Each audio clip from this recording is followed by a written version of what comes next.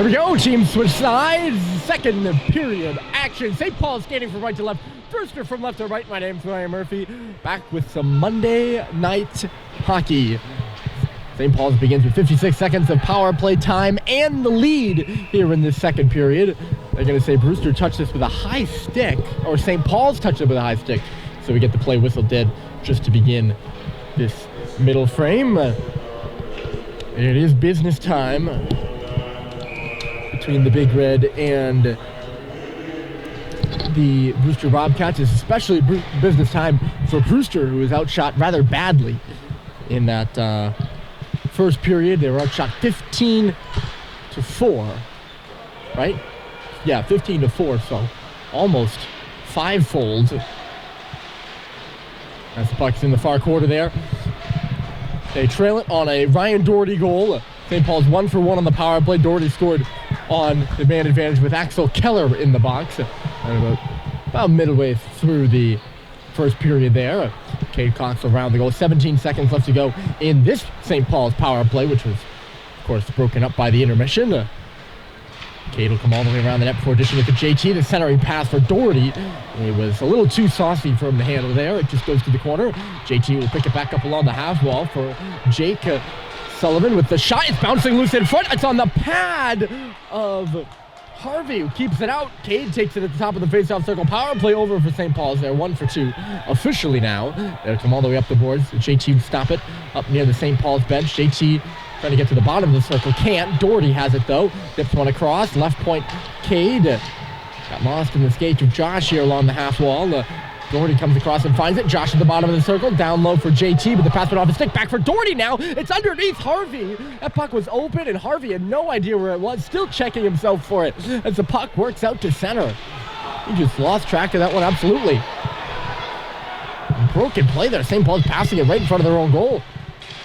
Dangerously. There's Biggs coming in. The shot goes up and out of play. These teams have already met once, as I've talked a couple of times. St. Paul's won 3-2, but it's Brewster who played well and led the game for most of the contest. They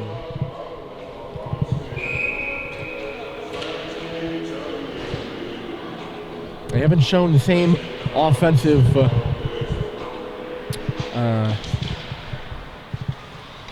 I don't want to say abilities, because the ability is there. It's just the, turn back by Biggs. He didn't even see Roberts, who was standing all alone in front of the goal there. Probably would have had a tough time getting it to him, but still. Nice pass by Matthews. It goes right up the middle and off Brad Cox. Coughlin's going to come in. Doyle Coughlin overskated the puck, and then Welch stops it. He's got it back again, trying to sneak in 5-hole. Just a broken play there, and ends up being the best chance of the game for Brewster, but then Coughlin couldn't get a hold of it. So the Ice Monster getting a bit of everybody right now. Now Matthews trying to get to the goal. It's bouncing there at the side of the net. Welch will cover. And we'll finally get a whistle there, but chaotic. Which is not necessarily a bad thing in the game of hockey. That's what makes it fun. I'm still trying to find the word. Brewster just haven't shown the same sort of threateningness on offense here on this big sheet of ice. It's a small rink at Pop Whalen in Wolfboro. I believe it's just NHL size, but it feels a lot smaller. This is larger than an NHL-sized rink. And sometimes it can feel like an ocean out there. Seibold will walk along the blue line until Vio comes back on side. Sam makes a great little move on the right side. Shunted the backhand or just wide of the goal, though. It'll come all the way around. Cade steps in from the line. Back for Vio. They just fire the puck into the corner for it. Bryce Terry digs the backhander up to the line. It got by Sullivan there. And back out to center. Cade will re-corral the 2-6 formers. Stalwarts on defense for St. Paul's. A nice pass for Terry by Cade. Terry steps in, leaves it for Seibold. Seibold a foot pass to the front field was stopped. The rebound was there, stopped by Harvey, and they score!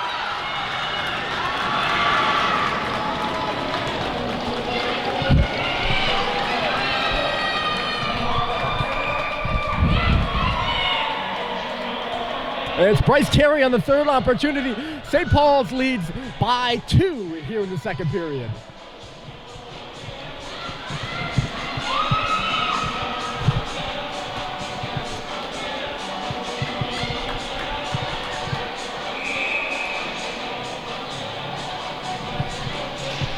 Well, good things happen when you go to the net, folks, and it's a great saucer pass by Seibel, but it's Vio standing on the edge of the paint that makes that play happen. Terry goes there too and just finishes for St. Paul's to put them up 2-0. A big second goal for the Big Red, who never at any point had a 2-goal lead over Brewster in the prior game these two teams played.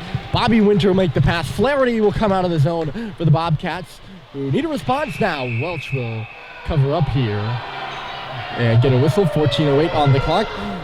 Terry has just scored for St. Paul's. It's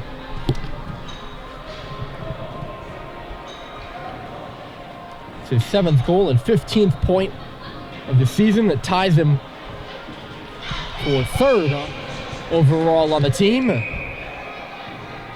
terms of points.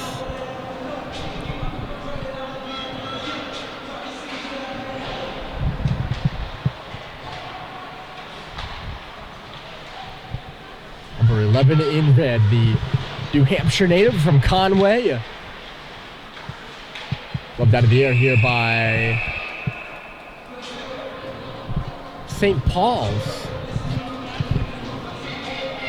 But it looked to me like JT was the guy that gloved it down, which means if Brewster touches it, we keep playing. I think that might have been a miss by the refs. What does it matter what it looks like to me, I guess, right? Out to center, here comes Coughlin off the face-off. Coughlin rolls one to the front of the goal. Kane was checked well there and kept out of the middle by Conley Bohan. And St. Paul's turns it back right up the right side with some spaces. JT, he's got Doherty driving the cage. JT to the front, steered away by Harvey in back of the goal. JT knocks his man down, comes through with it, wraps out in front, saved by Harvey, and the rebound is covered up too. So here in the second, the goal by Terry, an even strength goal. St. Paul's was shut out against Holderness yesterday. Holderness clinging on to that 8th spot in the Elite 8. They will need a really good Lakes Region tournament. They need a win over Proctor tonight, and then a really good Lakes Region tournament if they want to sneak in and make their first Elite 8 appearance ever. JT with a sharp angle shot, not a bad one. Went off the shoulder of Harvey and out. Reference that Proctor holding this game. By my calculation, Proctor is out. There's no way they can make the Lakes Region top tournament.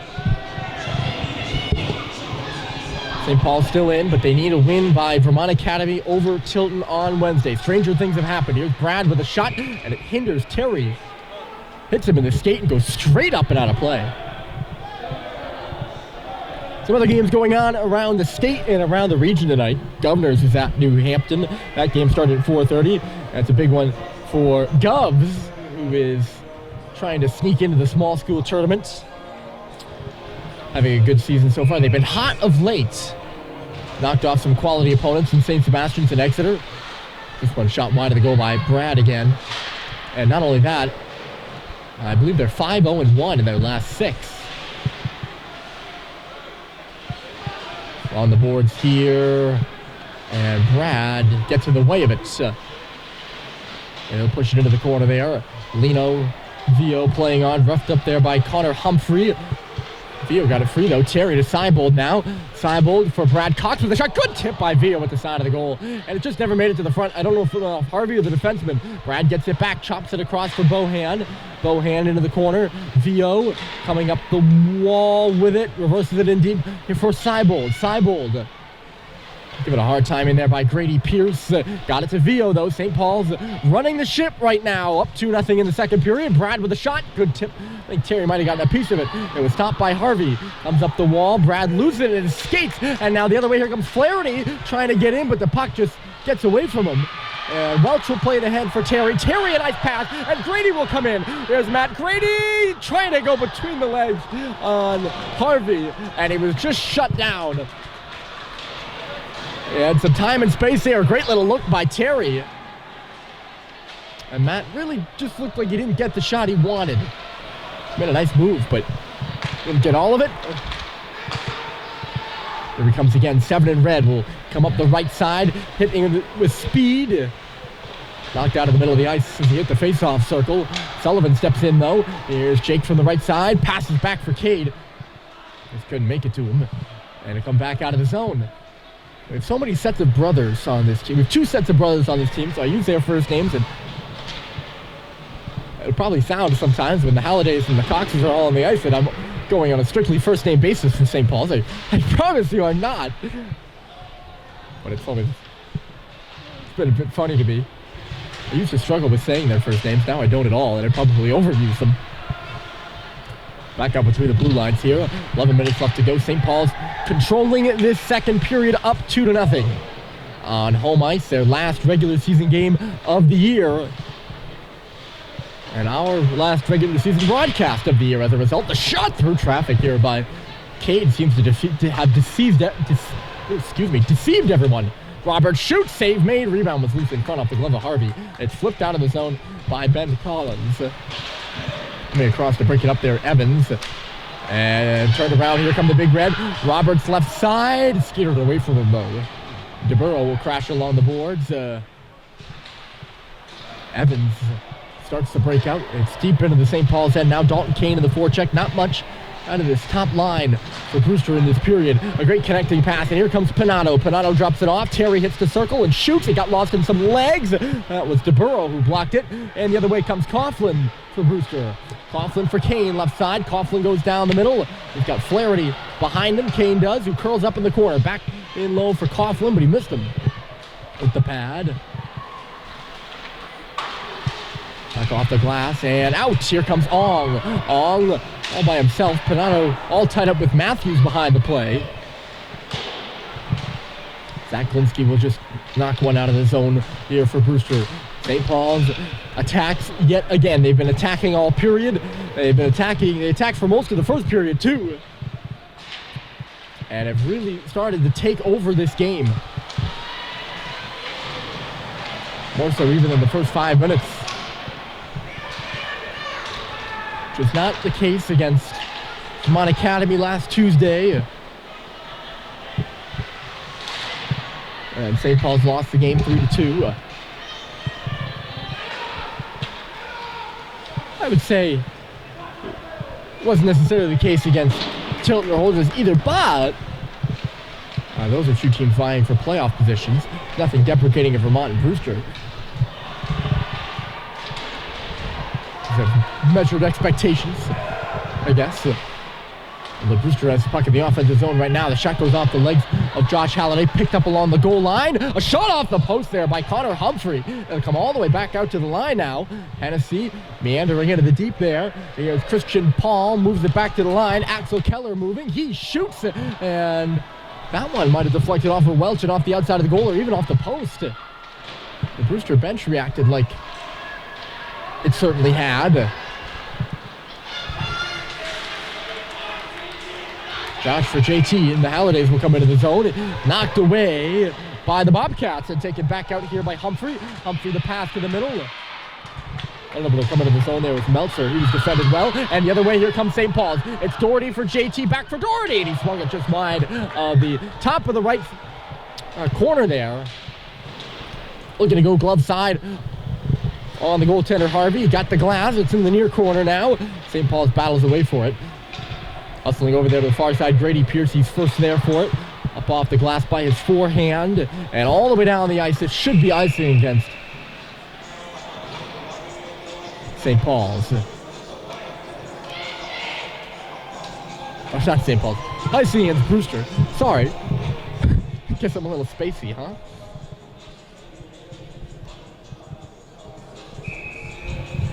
Against Vermont on Saturday, Brewster went down 1-0 on a goal by DeMarco, but tied it up after one.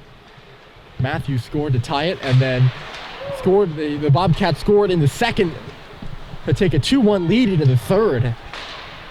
But Vermont came out with a vengeance at home and came all the way back. They scored 3 third period goals to win the game 4-2.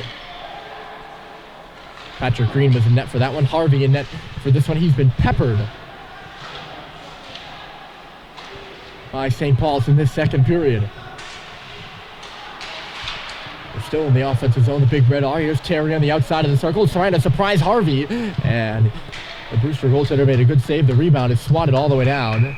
And icing the call against the Bobcats again.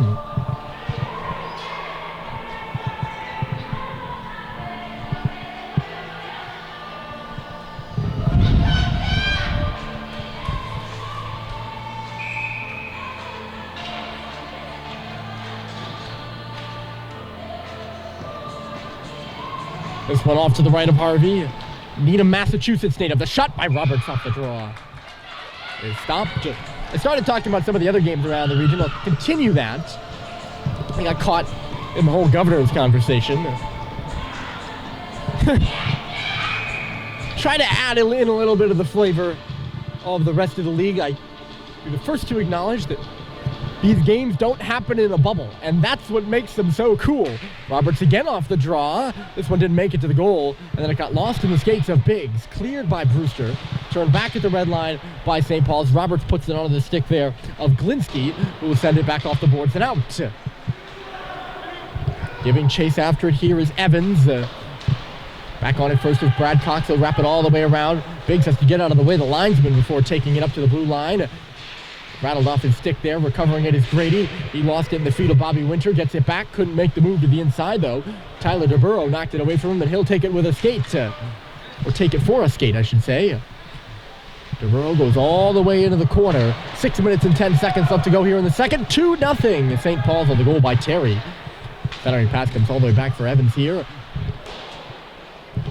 James Evans off the boards. Brewster starts to cycle just a bit here. Can they get a goal and make this a one-goal game? Oh, it's just tapped wide at the side of the net there by Winter. The shot by Glinsky proved to be dangerous. St. Paul's has been definitely in the driver's seat in this one, but on the scoreboard, it's certainly not out of reach if you're the Bobcats, and that's what you got to be thinking if you're Brewster. Great pass for Evans, and the shot got blocked. I think that was Biggs who got in the way of it. Evans gets it back, though. Watched here by Bohan.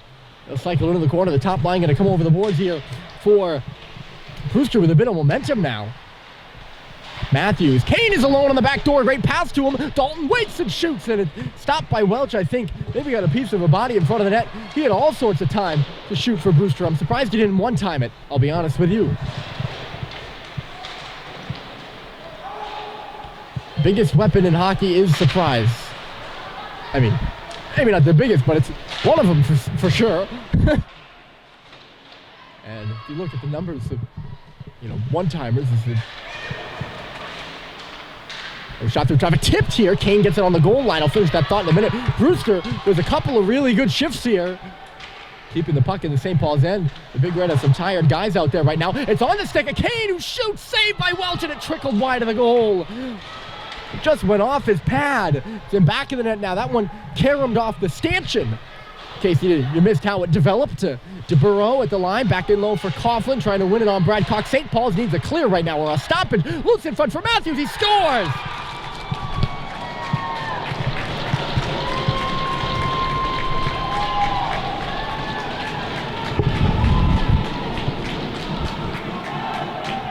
You could just see it coming for Brewster.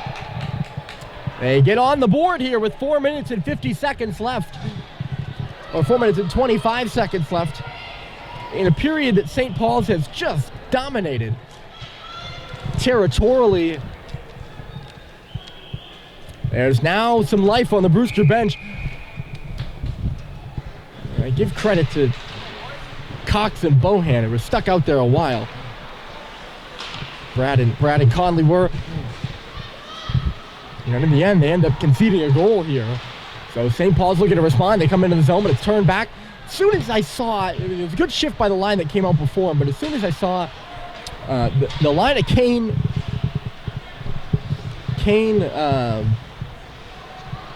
Matthews and Coughlin come over the boards, there was a feeling like, there was a little bit of offensive life. It was provided not by those three who were leaned on heavily for Brewster. So some of the, I don't want to call them backup cast. They're not, but they're just not leaned on as heavily. The secondary scorers, as JT reversed it in front for Josh. Some of those secondary scorers were providing the momentum, and that's all those three needed. They came out there. They got a couple of hops. St. Paul's was very close to clearing the puck, and they got some bad bounces in their own defensive zone, and it just ended up leading to Matthews standing alone in front of the net. And there's only so much that the goaltender Cal Welch for St. Paul's could do. There's a bit of a skirmish at the side of the goal there. And I'm looking at it on the replay right now because I was lost in thought. It's like Dylan Hennessy was just giving it to a St. Paul's player at the side of the goal. And he will go to the box. I'm surprised that Doherty's going as well. He looked to me like he was on the receiving end of that. They'll skate 4 aside here, it looks like, or maybe even just 5 aside.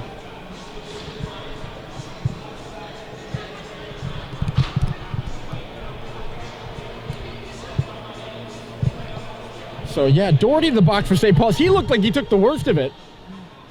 And Hennessy was just giving it to him at the side of the post. Unhappy about something. It will be 4-on-4, so they won't offset the minors. Both roughing penalties, I would assume. So some extra room out there with Hennessy and Doherty in the box. And a 2-1 hockey game, a critical moment in this game for both teams. Here's Cade coming all the way through, just lost it on the drag move as he hit the middle of the ice. And it's knocked back out by the Bobcats, who are back in this game. They were down 2-0. They've made it a 1-goal game. They were feeling pretty good. I wonder how much the penalties kill their momentum. They just got to hang around, though, and keep this a 1-goal game. We know the dangers of that. Brewster tried to hang around and hold on to a 1-goal lead over St. Paul's a couple weeks ago and ended up losing. So if you're St. Paul's, you don't want to sit back on a 1-goal lead. Learn your lesson from a couple of weeks ago. Right, you were the team that actually did the comeback.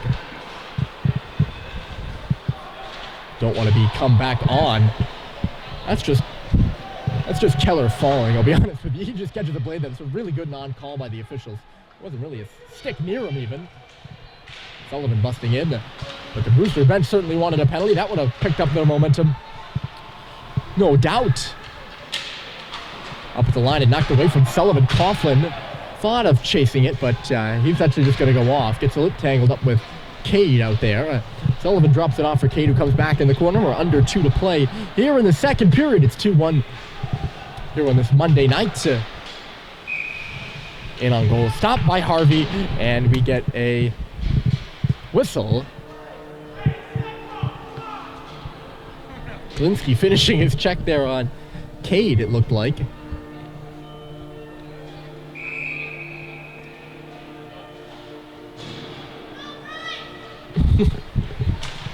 A little chippy.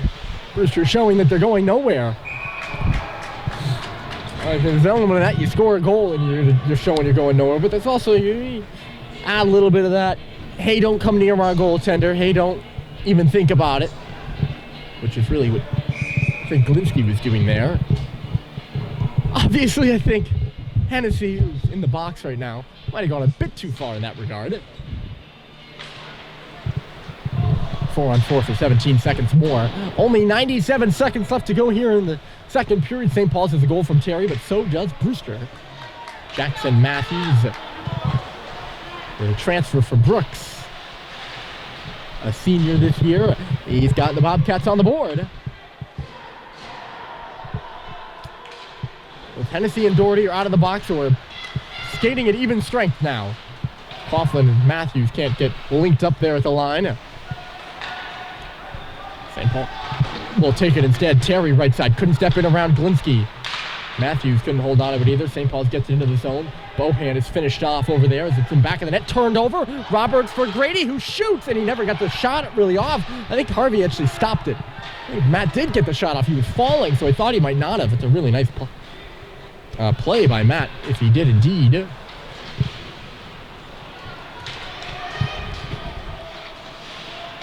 Worked into the Brewster end, 39 seconds left to go. Here in the second, St. Paul's trying to add one late. That would be huge for the Big Red in winning this hockey game. Backed up to the line, Sullivan for Cade.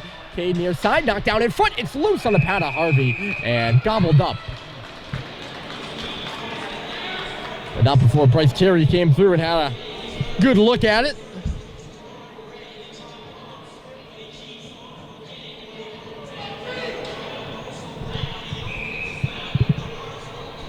Clock stops at 26.4 left on the clock, in case you're just joining us. St. Paul's territorially dominated the first half of this period. They were up 2-0, but Brewster, in the last about 4 or 5 minutes or so, put together a couple shifts, got a goal on the board, and has narrowed this to a 1-goal game.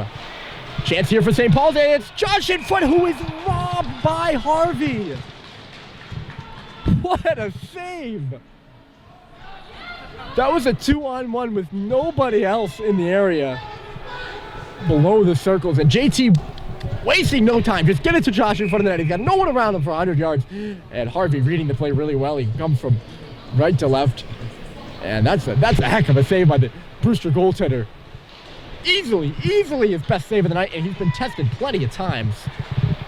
10 seconds left to go here in the middle frame, and it's St. Paul's by 1 here against Brewster.